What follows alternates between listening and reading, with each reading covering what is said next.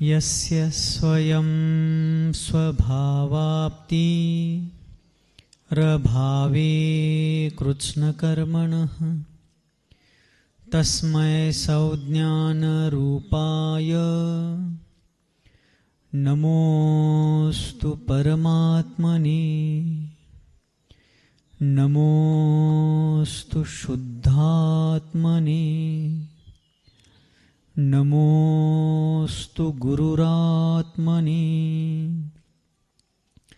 दोषरहित आचरण से चरण पूज्य बन जाए चरण धूल तक सर चढ़े मरण पूज्य बन जाए चरण धूल तक सर चढ़े मरण पूज्य बन जाए। बोलिए पंच परमेष्ठी भगवान के, द्वादशांग जिनवानी माता की, अध्यात्म महर्षि आचार्य भगवान श्री पूज्यपाद मुनि महाराज की, चारित्र्य चक्रवर्ती मुनिकुल पितामह योगींद्र चूड़ामणि धर्म साम्राज्य नायक 20वीं शताब्दी के प्रथम आचार्य भगवान श्री शांति सागर जी मुनि महाराज की, दीक्षा गुरु शांत मूर्ति वात्सल्य रत्नाकर गुरुवर आचार्य भगवान श्री सन्मति सागर जी मुनि महाराज की, परम पूज्य आचार्य भगवान श्री विद्यासागर जी मुनि महाराज की, क्षपक राज मृत्यु को ललकारने वाले साधना के शिखर पुरुष भेद विज्ञान के अधिष्ठाता परम पूज्य आचार्य वर्य श्री वर्धमान सागर जी मुनि महाराज की, उनके उत्कृष्टतम सल्लेखना महामहोत्सव की, आज के आनंद की, अहिंसा परमो धर्म की, परम पूज्य आचार्य श्री पवित्र सागर जी मुनि महाराज की,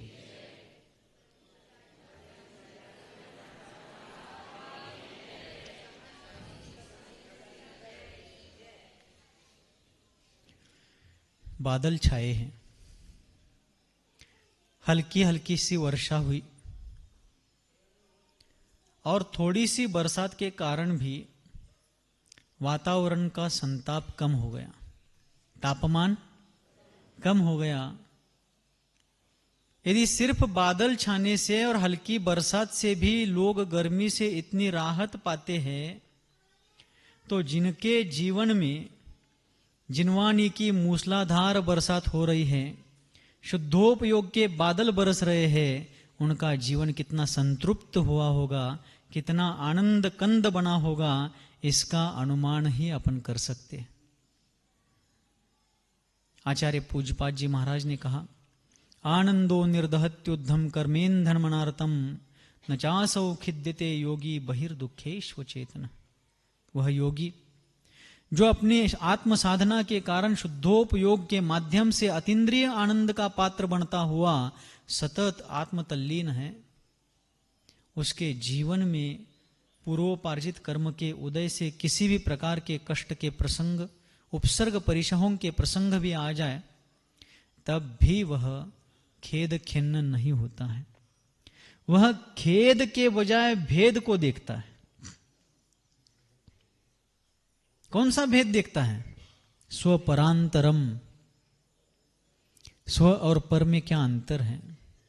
आत्म तत्व के अलावा विश्व का परमाणु मात्र परद्रव्य मेरा नहीं है।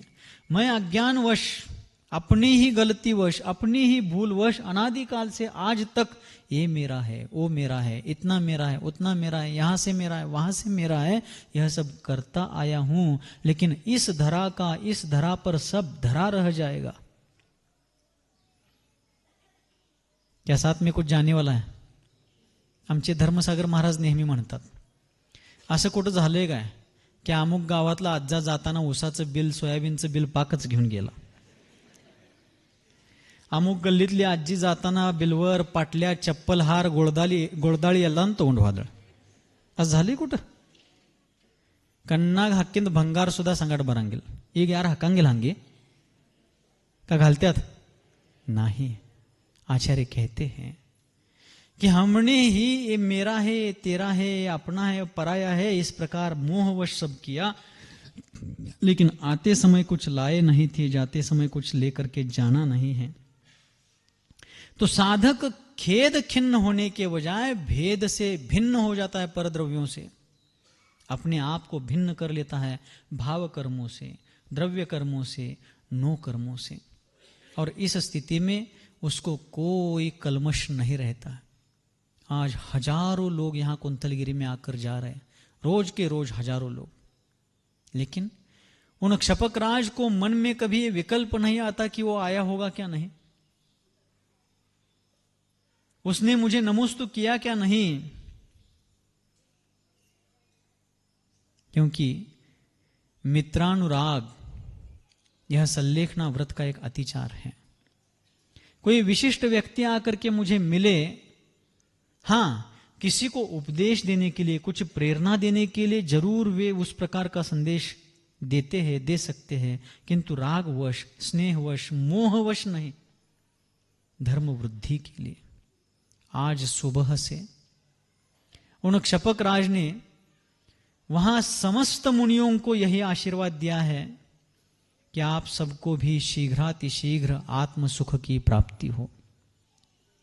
जो जो महानुभाव उनके पास वहां सेवा दे रहे हैं, उनको यही आशीर्वाद दिया कि आप लोग भी शीघ्रातिशीघ्र रत्नत्रय स्वरूप मोक्ष मार्ग को धारण करें। आज चारुकीर्ति भट्टारक जी आए थे, श्रवण बेलगोला तीर्थ क्षेत्र, विश्व वंद्य वह देवभूमि। आज वहां के विद्यमान भट्टारक चारुकीर्ति स्वामी जी आए थे, जिनकी उम्र वर्तमान में रिसेंटली 24 वर्ष चल रही है। 24 वर्ष रनिंग उम्र है उनकी, लेकिन शांत, धीर, वीर, गंभीर और विजनरी व्यक्ति हैं। विजन लेकर के, सामने कुछ लक्ष्य लेकर के धार्मिक, सामाजिक और सांस्कृतिक उत्थान के लिए इस अल्प उम्र में भी बहुत बड़ा प्रयास करने वाले वे भट्टारक। पिछले वर्ष हम चातुर्मास के लिए वहीं पर थे। ये जून महीने का आज अंतिम दिवस। पिछले 26 जून को हम सभी लोग 26 साधु श्रवण बेलगोला क्षेत्र पर प्रविष्ट हो चुके थे और 27 जून को पहला दर्शन किया था भगवान का। हमने पूरे चातुर्मास में भट्टारक जी की गतिविधियां देखी। मैं दावे के साथ कह सकता हूं कि धर्म पीठ पर भट्टारक कैसा होना चाहिए, तो आज जो चारुकीर्ति भट्टारक है वैसा भट्टारक होना चाहिए, जिनकी दृष्टि में कोई पंथ भेद नहीं है। 13 पंथ, 20 पंथ, कहान पंथ, कोई पंथ भेद नहीं है। जिनकी वृत्ति में, जिनके आचरण में संघ भेद नहीं है कि ये संघ है, वो संघ है, ये मेरा प्रिय संघ है, वो अप्रिय संघ है, इस साधु को आगे प्रमोट करूं, उस साधु की टांग अड़ाऊं, ऐसा कोई पक्षपात नहीं है। आए हुए हर अतिथि का अतिथि देवो भव, इस भारतीय प्राचीन संस्कृति का अनुकरण करते हुए स्वागत करने वाले हसमुख भट्टारक जी। मूर्ति लहान, काय अभ्यास है वो। अल्प उम्र में भी परिपक्वता के रूप में गंभीर, शालीन, सात्विक, विचारशील मुनिभक्त वे भट्टारक आज यहां पर विदेशों से आने के तुरंत बाद सिंगापुर में एक पंचकल्याणक के लिए गए थे। आते ही तुरंत 14-15 घंटे प्रवास करते हुए सैकड़ों किलोमीटर की यात्रा करके यहाँ पर आए। और सिर्फ आचार्य वर्धमान सागर जी, क्षपक राज आचार्य वर्धमान सागर जी महाराज के प्रति उनके मन में जो पिछले चातुर्मास के संपर्क काल से लेकर जो श्रद्धा, आत्मीयता, अनन्य आस्था उत्पन्न हुई थी, महाराज की सादगी, सहजता और सरलता देख करके उनके प्रति समर्पित और पूर्ण रूप से आत्मीय भाव से वे भट्टारक आज यहाँ पर आए थे। तो उनको अल्पकालीन संवाद में आकर के उन्होंने यहाँ पर बाहुबली भगवान का गंधोदक लाया था। क्षपक राज ने पूरी तन्मयता के साथ वह गंधोदक अपने माथे पर ले लिया। इतना ही नहीं, उनको श्रवण बेलगोला के बारे में कुछ डायरेक्शंस दिए, श्रवण बेलगोला तीर्थ क्षेत्र के प्रति कुछ अपने भावाभिव्यक्ति की और अंत में स्वामी जी से कहा कि ये लंगोट उतार कर फेंक दो। लेकिन सजगता इतनी थी, कर्तव्य पूरा करने के बाद, क्या बोले, कर्तव्य पूरा करने के बाद आप लंगोट उतार कर फेंक देना, निर्घ्रंत दिगंबर बन करके ही हम जैसी सल्लेखना लेकर के आप चले जाना। ये वाक्य है उनके। हम सभी लोग थे, सभी ने सुना। स्वामी जी गदगद हो गए। वास्तव में मैं और एक बार वह बात दोहरा रहा हूं कि भट्टारक कैसे होने चाहिए, इसका रोल मॉडल, इसका डेमो देखना है तो श्रवण बेलगोला के चारुकीर्ति भट्टारक पहले के तो थे ही, लेकिन उनकी ही परछाई बनकर के मुनि भक्त स्वामी जी, क्या नहीं है, वैसे ही है। ये लोग भी वहां रुके थे, डीसी जैन साहब वगैरह पिछले चातुर्मास में, इन सभी लोगों ने देखा है। आप लोगों ने भी कम ज्यादा रूप में देखा होगा। मुनि भक्ति सीखने लायक है।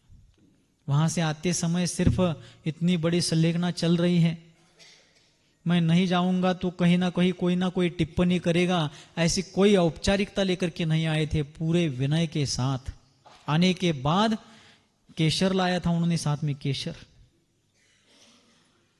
इन क्षपक राज के चरणों पर उन्होंने केशर की वर्षा करके उनके चरणों का चरण धूल, चरण रज अपने माथे पर लगाई, क्योंकि आज अंतरराष्ट्रीय तीर्थ क्षेत्र के पीठाधीश होते हुए भी शालीनता, सरलता और नम्रता उनसे सीखने लायक है। छल कपट, मायाचार और दांवपेच वहां दूर दूर तक नहीं है। ऐसे भट्टारक, तो उनको उन्होंने कहा कि आप अवश्यमेव दिगंबर मुद्रा धारण करके आना। फिर स्वामी जी ने बताया कि मैं गुरुकुल को और विस्तार रूप दे रहा हूं। गुरुकुल में 2031 में महामस्तकाभिषेक होने वाला है, उसके पहले 1000 विद्यार्थी वहां पर होने चाहिए, ऐसा विजन हमने रखा है। तब उन्होंने कहा कि विद्यार्थियों को आप जो अच्छे संस्कार दे रहे हैं, विद्यालयीन शिक्षा के साथ साथ अच्छे संस्कार दे रहे हैं, उसके साथ साथ आप विद्यार्थियों को थोड़ा बहुत शास्त्र का ज्ञान भी प्राप्त होता रहे, इसका प्रबंध कीजिए। देखिए, संलेखनाधारी साधक जाते जाते भी आध्यात्मिक, अपने आध्यात्मिक उत्थान के साथ साथ सांस्कृतिक और सैद्धांतिक रक्षा और प्रचार प्रसार का संदेश देते हुए जा रहे हैं। क्यों? माणिक्यानंदी आचार्य देव ने प्रमाण की प्रामाणिकता का वर्णन करते हुए, प्रमाण का कार्य, प्रमाण का फल आदि का वर्णन करते हुए परीक्षा मुख ग्रंथ में प्रमाण स्वपर प्रकाशक होता है, यह प्रस्तुत करते हुए, एक उदाहरण देते हुए एक सूत्र दिया, प्रदीपवत। क्या सूत्र है? प्रदीपवत मतलब दीपक के समान। जैसे दीपक होता है, दिया, दीपक असतो ना, दिवा असतोय की तुमच्या घरात बी आहे वाटतं की, आमचा पोरगाचा महाराज आमचा दिवा आहे।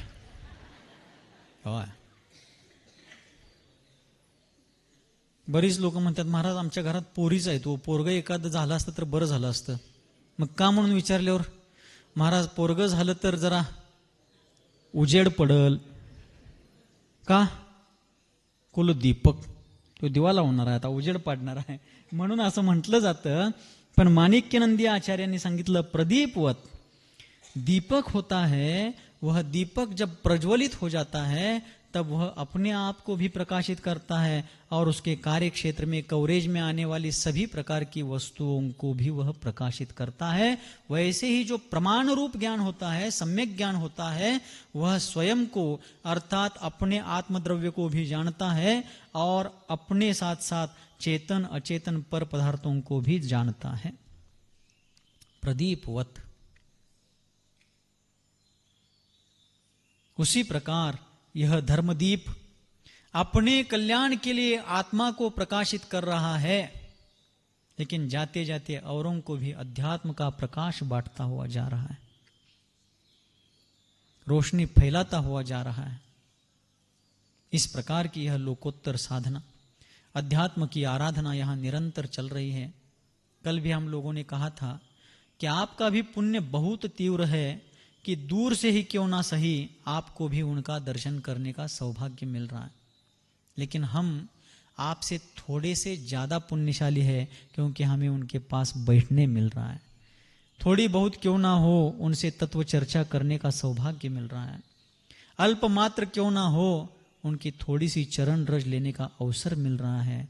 मैं प्रभु से प्रार्थना करता हूं कि आपका भी पुण्य इतना वृद्धिंगत हो जाए कि आपको ऐसे क्षपकोत्तम के साथ साथ साक्षात अरहंतों का दर्शन, उनके चरणों का स्पर्शन करने का सौभाग्य मिले, क्योंकि जिनेन्द्र देव के स्पर्शन मात्र से भी असंख्यात गुना वृद्धि होती है पुण्य की। लेकिन वह दर्शन आत्मीय दर्शन होना चाहिए। वह दर्शन उन देव शास्त्र गुरुओं का स्वरूप समझ करके किया हुआ होना चाहिए। नहीं तो फिर ये प्रतिमा है, पाषाण की है, सप्त धातु की है, पंच धातु की है, भौतिक दृष्टि से किया गया दर्शन उतना कार्यकारी नहीं होता है।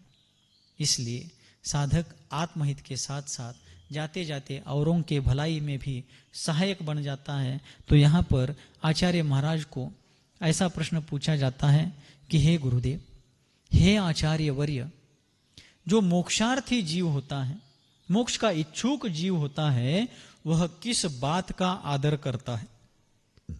क्या प्रश्न पूछा गया? मोक्षार्थी जीव किस बात का आदर करता है? तब इस ग्रंथराज के 49वीं गाथा, 49वां श्लोक, 3 ही श्लोक इस ग्रंथ के बचे हैं, उसमें से 49वें श्लोक में ज्ञानी जीव, विवेकी जीव किस बात में प्रीति करता है, आदर करता है, इसका वर्णन करते हुए अग्रिम श्लोक कहते हैं, आप लोग भी मेरे पीछे पीछे बोलेंगे। अविद्याभिदुरम ज्योतिः परम ज्ञानमयं महत् तत्प्रष्टव्यं तदेष्टव्यं तद्द्रष्टव्यं मुमुक्षुभिः। अविद्याभिदुरं ज्योतिः परमज्ञानमयं महत् तत्प्रष्टव्यं तदेष्टव्यं तत्प्रष्टव्यं मुमुक्षुभिः। आचार्य कहते हैं, अविद्या अभिदूरम, अज्ञान रूप अंधकार को नष्ट करने वाली। अज्ञान को किसकी उपमा दी है? अंधकार की। यह अज्ञान रूप अंधकार जो है, जो 3 लोक में फैल चुका है, और उसी अज्ञान रूप अंधकार में वास्तविक सन्मार्ग प्राप्त नहीं होने के कारण अनंत संसारी जीव दर दर की ठोकरें खाते हुए संसार भ्रमण कर रहे हैं, चारों गतियों में अपरिमित अवर्णनीय दुख का सामना कर रहे हैं। और इस प्रकार उस अज्ञान रूप अंधकार को नष्ट करने वाली वह परम ज्योति, आत्मा की उत्कृष्ट ज्योति। ये कौन सी ज्योति होती है आत्मा की उत्कृष्ट ज्योति? तो आचार्य कहते हैं महत ज्ञानमयम। ज्योति का मतलब यहां दीपक की ज्योति होती है, मोमबत्ती की ज्योति होती है, और किसी प्रकार की ज्योति होती है, ऐसा नहीं समझना। क्यों? दीपक ज्योति है, मोमबत्ती की ज्योति है, और किसी की ज्योति है, वह सब पौद्गलिक है। क्यों? पुद्गल के 10 प्रकार के पर्याय बदल। कंटाळा आलाय का? गोष्ट सांगू राजाराणीचे? नंतर सांगणार आहे। पुद्गल के 10 प्रकार के पर्यायों का वर्णन आचार्य महाराज ने तत्वार्थ सूत्र में किया है, द्रव्य संग्रह में किया है, और भी आगमों में किया है। शब्द, बंध, सौक्ष्म, स्थौल्य, संस्थान, भेद, तमश्छाया, तपोद्योतवंतश्च। उद्योत अर्थात प्रकाश। तो यह पुद्गल की पर्याय है। अभी जो प्रकाश है, सूर्यास्त के बाद अंधकार हो जाएगा, ये प्रकाश है, अंधकार है, ये सब किसकी पर्याय है? पुद्गल की है। लेकिन ये प्रकाश दीपक का जो है वह पौद्गलिक होता हुआ भी आत्मा की ज्योति का मतलब है ज्ञान की ज्योति, अर्थात ज्ञानमयी आत्मा। तो आत्मा का ज्ञान कैसा है? परम ज्ञानमयी ज्योति, अत्यंत पूजनीय, महत ज्ञानमयम, महान ज्ञान स्वरूप वह ज्योति है। मुमुक्षु भी, मोक्ष के अभिलाषी पुरुषों को। मुमुक्षु किसको कहते हैं? कल ही बताया था, शायद एक सूत्र बताया था। महाराज तुम्हाला काल पण सांगितले, विचारायच नाही, काय असेल ते सांगायचं आणि मोकळं व्हायचं। मुमुक्षु किसे कहते हैं? मोक्तुम इच्छुहु मुमुक्षुहु, जो मुक्त होने का इच्छुक है, संसार भ्रमण से, चतुर्गति परिभ्रमण से मुक्त होने के लिए जो निरंतर अभिलाषी है, वह मुमुक्षु है। तो ऐसे मुमुक्षु भी, अर्थात मुमुक्षुओं के द्वारा तत्प्रष्टव्यम, उस ज्ञानमयी ज्योति के विषय में ही पूछना चाहिए। किसके बारे में पूछना चाहिए? कि वह परम ज्ञान, वह महान केवल ज्ञान, वह महान सम्यक ज्ञान किस प्रकार प्रकट हो जाएगा, उसके बारे में ही पूछना चाहिए। तत्एष्टव्यम, उसी को पाने का प्रयास करना चाहिए। किसको पाने का प्रयास करना चाहिए? उसी परम ज्ञानमयी ज्योति को पाने का प्रयास करना चाहिए। किसे? मुमुक्षु भी। जो मुमुक्षु है, मोक्ष के इच्छुक है, उन लोगों के लिए ऐसा कह रहे हैं। आप मुमुक्षु हैं? कौन कौन है? मोक्ष के इच्छुक कौन कौन है? कोणाकोणाला मोक्ष पाहिजे? माडल्यान ब्याड, माडल्यान ब्याड, माडल्यान ब्याड. हात जाम झालेत वे. नाही महाराज, जाम झालं नाहीत, पण लय वर केलं तर पाटल्या बिटल्या आणि तो मागायला लागला तर काय करतो? मागून आम्ही काय करू त्याचं? धर्मसागरजी महाराज एका ठिकाणी विचारले प्रवचनमध्ये, मोक्षाला कोण कोण जाणार आहे हात वर करा. खचाखच सभा भरली होती. काही लोकांनी हात वर केले, आम्हाला मोक्षाला जायचं आहे. पुन्हा विचारले, स्वर्गाला कोण जाणार आहे का यातलं? राहिलेली जवळजवळ सगळी म्हणली, महाराज नोंद घ्या. स्वर्गासाठी हात वर केले. पुन्हा महाराज म्हणले, नरकाला बिरकाला जायचं कोणाचं काय आणि विचार आहे काय? कोणच हात वर केलं नाही. पण एक बेरकी माणूस असा होता त्याच्यात, त्यानं तिन्हीपैकी कोणताच पर्याय निवडला नाही, गपच बसला होता ते. महाराजांना लक्षात आलं, ते काय भानगड म्हणले, तुम्ही कुठंच हात वर केलं नाही, काय म्हणणं आहे तुमचं? म्हणलं, महाराज खरं सांगू का? महाराज म्हणले, खरंच सांगा. महाराज, माझी खरं बघितले तर मोक्षाला जायची इच्छा आहे, पण ज्या वेळेला मी घरात इकडं प्रवचनसाठी येत होतो, त्यावेळेला सरकारमध्ये पण बघा तुम्ही, प्रधान मंत्रालयानंतर सगळ्यात पॉवरफुल मंत्रालय जर कोणतं असते तर ते गृह मंत्रालय. पीएमओ नंतर सगळ्यात पॉवरफुल मिनिस्ट्री जर कोणती असेल तर होम मिनिस्ट्री आहे. म्हणला, महाराज खरं सांगू काय? होय खरंच सांगा की. काय म्हणताय? म्हणलं, महाराज खरंच माझी मोक्षाला जायची इच्छा आहे, पण प्रवचनला घरातनं येत असताना होम मिनिस्टरचं फरमान निघलंय की प्रवचन झालं की नीट गोल घराकडे यायचं, इकडं तिकडं कुठं जायचं नाही. म्हणताना मोक्षाला जायची इच्छा असून सुद्धा मला महाराज माफ करा, तेवढं घराकडे सोडा मला म्हणाला. खरंच की. इसलिए आचार्य कहते हैं कि हर भव्यात्मा को उसी केवल ज्ञानमयी ज्योति का, उसी परम ज्ञानमयी ज्योति का, महत ज्ञानमयम, उस महान ज्ञानमय परम ज्योति का ही ध्यान करना चाहिए, उसी के विषय में पूछना चाहिए और तत् द्रष्टव्यम, उसी का दर्शन करना चाहिए. समय बहुत हो रहा है. अभी पूज्य आचार्य श्री पवित्र सागर जी महाराज भी पधारे हैं. हमारे ही गुरुदेव सन्मति सागर आचार्य देव के दीक्षित शिक्षित वे शिष्य हैं. ईस्वी सन 2005 में इनकी दीक्षा हुई. 2006 के मस्तकाभिषेक के लिए हमारे गुरुदेव के साथ श्रवण बेलगोला के लिए गए थे. तब आचार्य वर्धमान सागर जी महाराज भी मुनि अवस्था में थे, और उसके उपरांत कुछ काल तक दक्षिण में रह करके फिर आचार्य महाराज का आदेश लेकर के यहाँ विदर्भ मराठवाड़ा परिसर में महाराज जी का विहार हुआ, क्योंकि उनका जन्म छत्रपति संभाजी नगर का है. त्याला आपण एवढे दिवस औरंगाबाद म्हणत होतो. और छत्रपति संभाजी नगर के नगर गौरव होने के साथ साथ गृहस्थ दशा में भी उन्होंने श्रावक अवस्था में प्रतिमाएं धारण करके इस एरिया में अनेक गांवों में, नगरों में, पाठशालाओं के ऊपर बहुत काम किया. आचार्य आर्यनंदी जी महाराज, पूज्य उपाध्याय श्री जयभद्र जी महाराज, इनके मार्गदर्शन में, उनकी प्रेरणा से इन्होंने श्रावक अवस्था में भी बहुत काम किया. गुरुकुलों को संचालित करने के लिए भी अपना योगदान यहाँ के श्रावक श्रेष्ठियों के माध्यम से, समाज के सहयोग से बहुत सारा काम किया था. तो गुरुदेव ने उनको आशीर्वाद दे करके भेजा था कि उस तरफ की पाठशालाओं को, गुरुकुलों को और थोड़ा आप प्रेरित करके ऊर्जित अवस्था तक ले जाइए. उसी आदेश को सिरमौर मान करके ये इस तरफ आकर के काम कर रहे थे. लेकिन अपने ही गुरु भाई शपक राज पूज्य आचार्य वर्य श्री वर्धमान सागर जी महाराज वर्तमान पर्याय की सर्वोच्च साधना में तल्लीन है, जानकारी उनको थी। तो उनके जो नियोजित आरक्षित कार्यक्रम थे, समय आरक्षित था, वो सब कार्यक्रम संपन्न करके लगभग 150-200 किलोमीटर का विहार करके वे यहाँ तक आए। तेज गर्मी थी।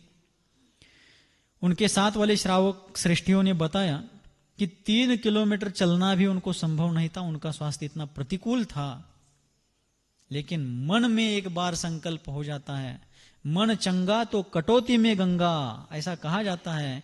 उन्होंने संकल्प किया, मुझे उस सर्वोच्च साधना के शिखर पर पहुंचे हुए साधक पुरुष का दर्शन करना है, उनकी सेवा करनी है। ये जब मन में ठान लिया तब 30-30 किलोमीटर का विहार करके वे 4-5 दिन में यहां पर पहुंचे।